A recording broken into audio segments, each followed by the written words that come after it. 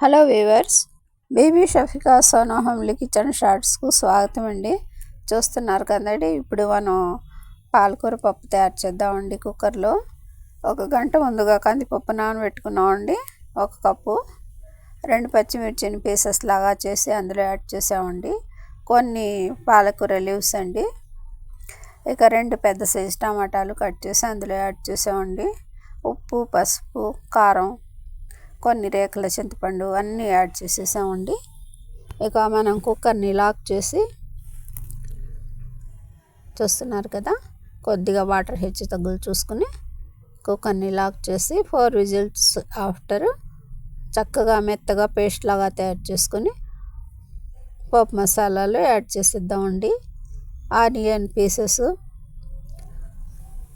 పోపు masala seeds ఏ విధంగా ఆయిల్లో fry చేస్తున్నామండి. ఇక నెక్స్ట్ కొన్ని కర్రీ లీవ్స్ అండి. అంతకుమించి ఇంకేం యాడ్ చేయలేదండి. ఈ 3 చక్కగా ఫ్రై అయ్యాక మనం తయారు చేసి పెట్టుకున్న పప్పుని మెత్తగా మిక్స్ చేసి పెట్టుకున్నామండి. ఆ పప్పుని ఇందులో యాడ్ చేసేద్దామండి.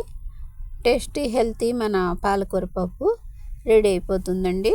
మా వీడియోని తప్పకుండా తిలకించండి వ్యూవర్స్. మా ఛానల్ ద్వారా ఇలా పదే పదే మీకోసం వీడియోస్ ప్రజెంట్ చేస్తున్నామండి.